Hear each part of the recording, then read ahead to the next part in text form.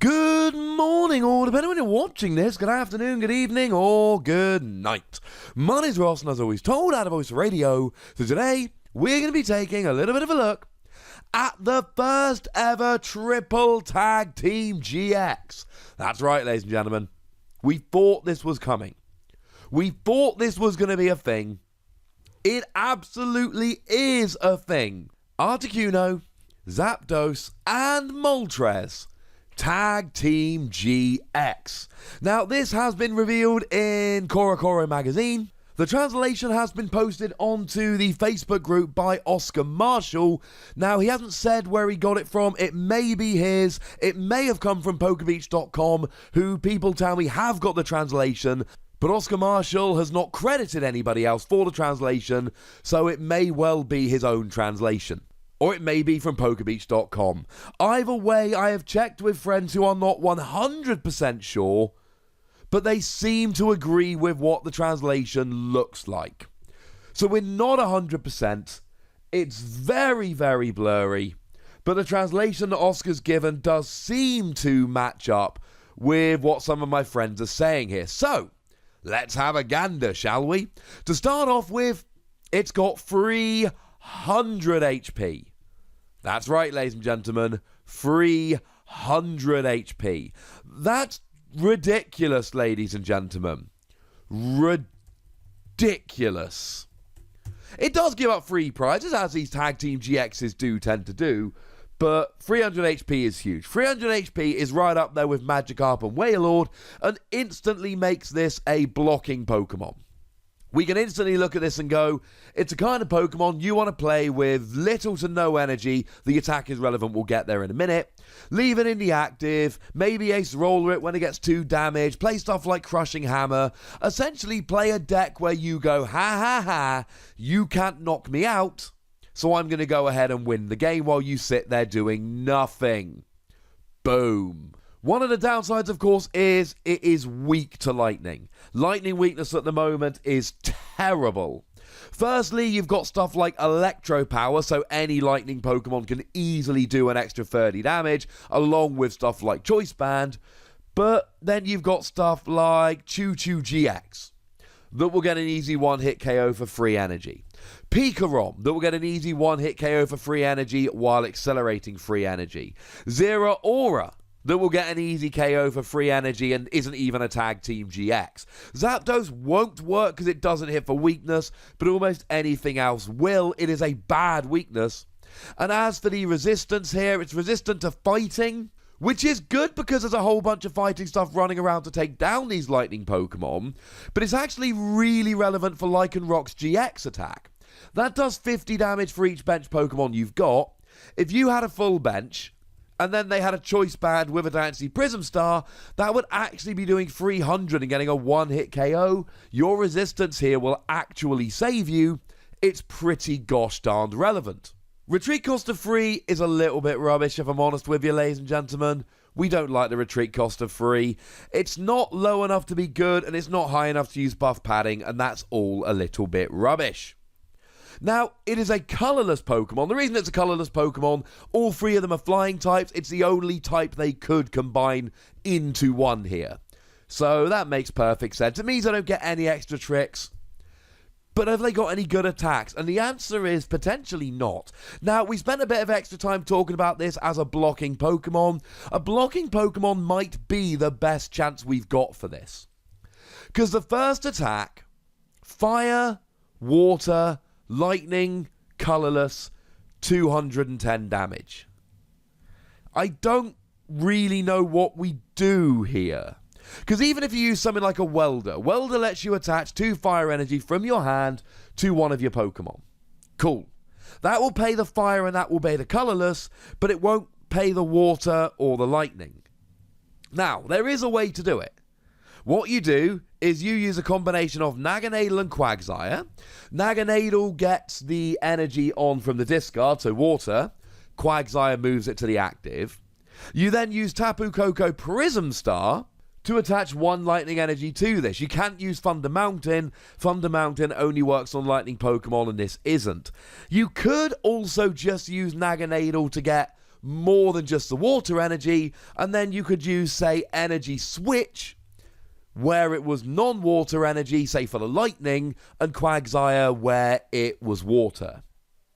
So yes, you can use a combination of Welder, Tapu Koko, Naganadel, and Quagsire here to get this up. It can work. It's not impossible. But make no mistake about it, this is one of the more awkward attack costs we've got. And it's not worth it for 210. It is not worth the attack cost for 210 damage. There are better ways. Ho-Oh, alright, look. Ho-Oh only does 180. Only. Ho-Oh does 180. And you can just use Welder. Or just use Kiawe.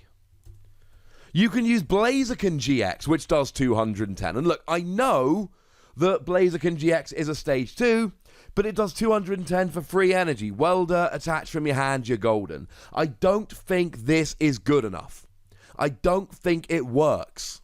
I think it's too expensive. Now, that's not to say we've seen nothing from this set other than the couple of cards we've seen in the last couple days. They're all on the channel. Go check. I'll pop a link to them in the description. We've seen a couple of random cards like Cryogonal. So it's not exactly like we've seen a huge amount here. What we need is to wait for the rest of the set. There may be something in the rest of the set to help this. Because as it stands at the moment, this attack cost isn't working. Just as simple as that. The attack cost is not working. The GX attack kind of is. Now, according to Oscar over on Facebook, for 1 colorless energy, shuffle this Pokemon and all cards attached to it into your deck. Now, this in and of itself is good. Because remember, the best use we've got for this at the moment is as a blocker. Imagine if Magikarp and Wailord had an attack that could shuffle itself into your deck. That's pretty gosh darn good. Now, it's a GX attack, it's only once, you've still got to then be relying on stuff like Ace Roller and Max Potion. But as a once per game I'm blocking anyway, I like this. This is kind of cool. But it gets better. Because if you've got 1 lightning, 1 water, and 1 fire energy, you do 110 damage to 3 of your opponent's Pokemon. Now, ladies and gentlemen, we are rocking and rolling. Just a quick side note, when I was talking about all the ways to get energy earlier, remember you do get an attachment from your hand, so I suppose you could go Tapu Koko Welder energy for the turn, but that's still super, super awkward. We've got the same awkward attack cost. I don't feel the need to go into great detail for this right this second. But my point is this. 110 damage to 3 Pokemon is great. This is really good. Imagine if Shaymin EX was still legal. Imagine if you could use this KO-free Shaymin and win the game. And remember, there were plenty of decks like Rayquaza that would just legit have free Shaymin on the field. And you could just drop this and win instantly. Not to mention that, I mean, as always, you're not hitting weakness and resistance to the bench, but you should be to the active. So you could KO a Rayquaza and a couple of bench Shaymin and just win in 1 turn. That would be possible. It's not, but it would be. Here's the thing, though.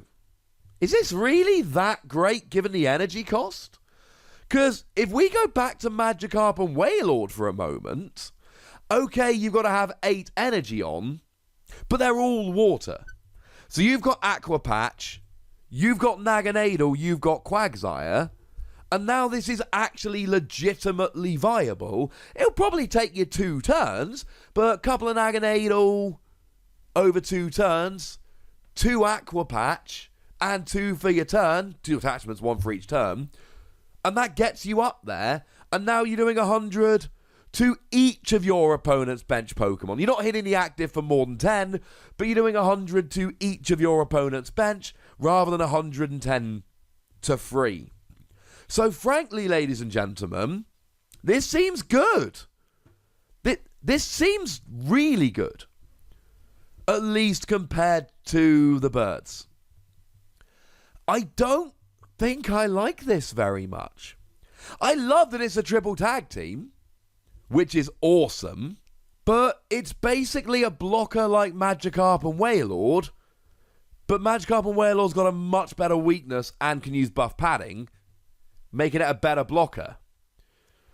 The attacks are so awkward in attack costs they're almost not worth using. And I do love the GX attack. But again, if you really want to do all the damage, it's such an awkward cost. My favourite use for this is just using it as a blocker and then taking advantage of the fact that you've got that GX attack for the once per game, put it back into your deck. But you can only use that once. I mean, honestly, the best use that occurs to me for this as we record is, well, if you're playing a Magikarp and Wailord deck, maybe play one or two of these just in case you're playing against a grass deck that can hit you for weakness. Is that really what we're looking for the first ever Triple Tag Team GX? I don't think so, ladies and gentlemen. I don't think so. I'm giving this free Wassies because it's still got 300 HP. It's still got an attack that can shuffle it into its deck. Sooner or later, someone's going to get the energy off. But I'm sorry, if I've got to use a Welder and a Tapu Koko Prism Star and my attachment for the turn, no. I don't think this is as good as the other Tag Team GXs. I honestly think this is one of the worst Tag Team GXs we've seen so far. Which makes me really sad. And just as a quick side note before we finish the video, the lovely Joe from Cerebi.net has pointed out, it's very similar to a really old promo card we got that had huge HP and for Fire, Lightning, Colourless did a bunch of damage and shuffled it into your deck. That's kind of cool, right? So there we go, ladies and gentlemen. That's what I think about this card, but I would very much like to know what you think about this card. So please do let me know in the comment section. Go nuts, but please do remember the rule. Be nice, would ya? And then make sure you like this video, subscribe to this channel, follow me on Twitter at @TheWassie, and Twitch for some live action at twitch.tv/PTCGRadio. If you want to support the channel, get some bonus podcasts and all that, head on over to patreon.com/PTCGRadio, where you can do exactly that. And please do make sure you're checking out youtube.com/WassiePlays, where we talk about games that don't have Pokemon in. But by far the most important thing, as always, look after yourselves till next time.